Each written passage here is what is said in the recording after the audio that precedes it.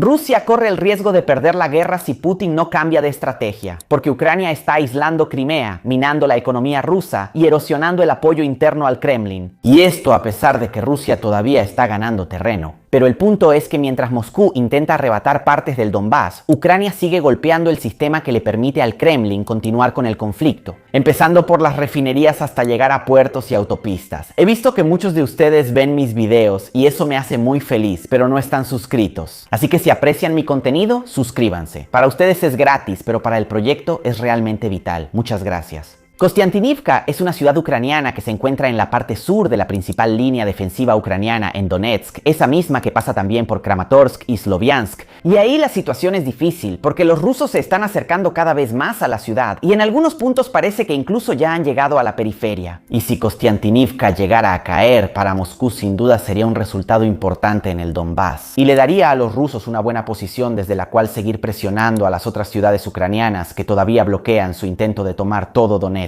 Sin embargo, una sola ciudad no decide el resultado de toda la guerra, y a pesar de que Moscú está presionando fuertemente sobre Kostiantynivka, en el resto del frente no se ve un cambio general. Además, desde hace meses los rusos están centrados en Kostiantynivka, y después de la toma de Toretsk en agosto de 2025 solo han avanzado de 8 a 10 kilómetros en 10 meses, así que sí, avanzan, pero lentamente y gastando mucho en términos de hombres y recursos. Al mismo tiempo, Ucrania sigue atacando con drones detrás de las líneas rusas, poniendo bajo presión los suministros y la logística, especialmente en Crimea. Y para Putin, Crimea es tanto uno de los símbolos de su poder como un lugar desde donde ejercer presión sobre los ucranianos desde el sur. De hecho, en 2022 parte de la invasión rusa a Ucrania comenzó precisamente desde ahí. También por eso, en las últimas semanas, los ataques ucranianos se han concentrado mucho en las dos rutas principales que sirven para abastecer Crimea. Es decir, el corredor que pasa por los territorios ocupados del sur de Ucrania y la conexión a través del estrecho de Kerch entre Crimea y Rusia. Y de hecho, la situación en Crimea se ha complicado y las autoridades prorrusas incluso han tenido que detener o limitar la venta de combustible a los civiles, dejándola solo para estructuras públicas y empresas estatales. Y no es casualidad que también se hayan registrado largas filas para cruzar el puente de Crimea con el fin de abandonar la península antes de que la situación empeore aún más.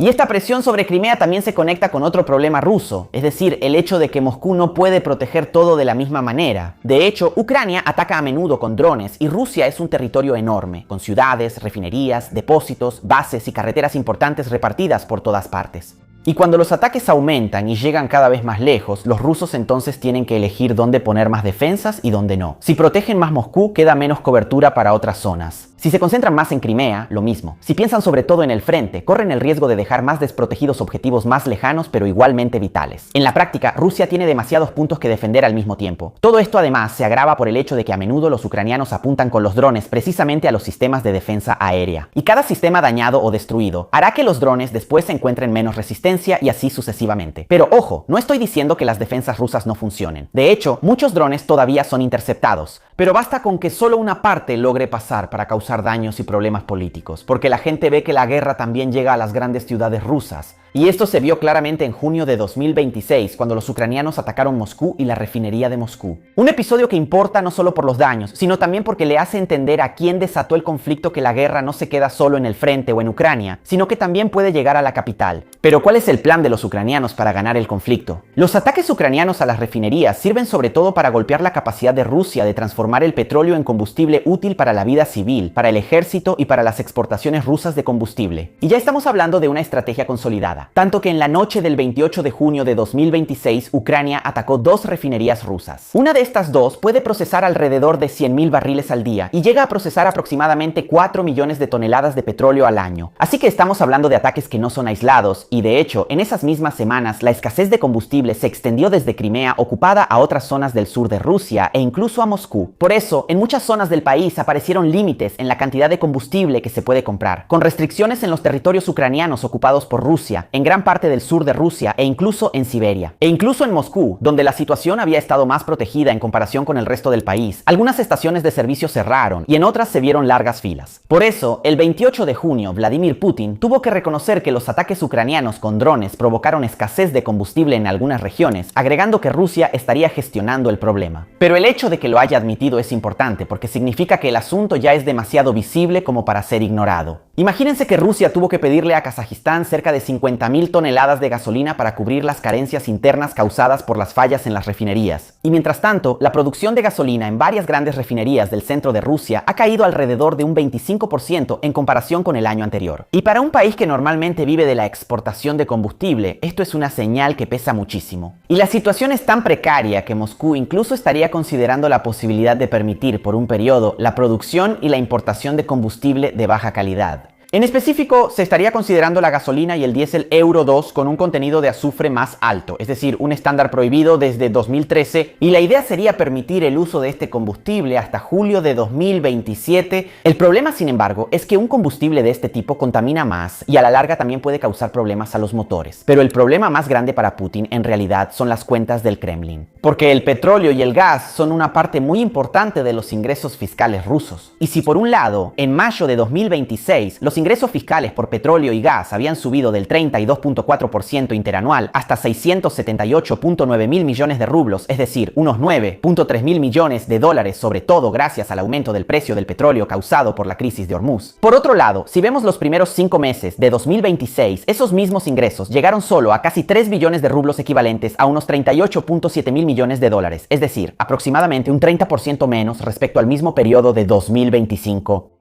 Y de hecho, el Clean Institute nos dice que la economía rusa muestra signos de agotamiento estructural. Con los activos líquidos del Fondo Soberano que bajaron del 6.5% del PIB al inicio del conflicto al 1.8% en abril de 2026 y con el déficit federal que superó el límite anual ya en los primeros 3 meses de 2026, mientras que los ingresos por petróleo y gas se desplomaron un 45% interanual en el primer trimestre de 2026, esto significa que el financiamiento del conflicto se vuelve cada vez más costoso y depende de compromisos internos. Y el límite no solo tiene que ver con el dinero disponible. De hecho, el Clean Institute también escribe que la verdadera limitación para Rusia no es tanto el simple acceso al dinero, sino el acceso a trabajadores, tecnologías y capacidad productiva. Porque hoy en Rusia también falta mano de obra porque, por un lado, el sector de defensa ofrece salarios altos y por eso atrae trabajadores a las fábricas militares, además de reclutar soldados. Por otro lado, muchos jóvenes capacitados han dejado el país y además Rusia tiene desde hace años un serio problema demográfico. Entonces, si faltan personas en las empresas y en los sectores clave, gastar más no es suficiente, porque el riesgo es que ese gasto produzca sobre todo inflación, en lugar de aumentar la capacidad productiva militar. Porque si faltan personas y quienes pueden encontrar soluciones para aumentar la innovación y la productividad, puedes pagarle a la gente lo que quieras, pero llega un punto en que ya no puedes aumentar la producción.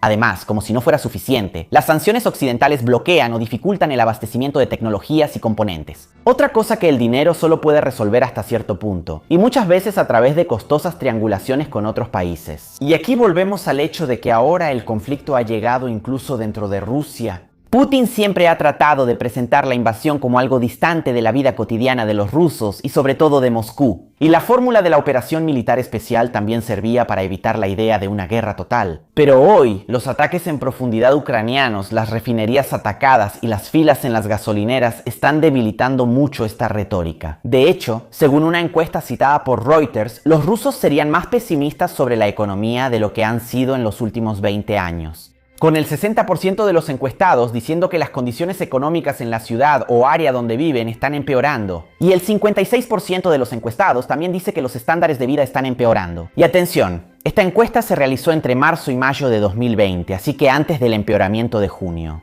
Ahora, claramente no podemos convertir estos datos en la predicción de una crisis inminente del régimen de Putin, también porque Rusia dispone de aparatos represivos y de control mediático. Pero para un régimen autoritario, si la población ve que el Estado ya no logra proteger sus propias infraestructuras y que los problemas económicos aumentan, la narrativa se vuelve mucho más difícil de mantener. El hecho es que hoy, Rusia sigue intentando tomar el resto de la región de Donetsk, pero Ucrania todavía controla aproximadamente una quinta parte, después de más de 4 años de conflicto. Y la zona donde la presión rusa se nota más es precisamente la que va de Limán a Konstantinivka. Y al norte de Konstantinivka, por ejemplo, la carretera está bajo presión constante. Y en esa zona los suministros ahora llegan principalmente con robots terrestres que llevan comida, agua y materiales. Y esto nos hace entender lo difícil que es la situación para los ucranianos. Pero Ucrania, mientras ralentiza el avance de Moscú, también sigue golpeando detrás de las líneas rusas, atacando depósitos, combustible, puentes y conexiones en zonas como Donetsk, Lugansk ocupado, el sur ocupado y también Crimea. Entonces, mientras Rusia quisiera concentrar la mayor fuerza posible en el frente, Ucrania la obliga a dispersar hombres y defensas en un área gigantesca.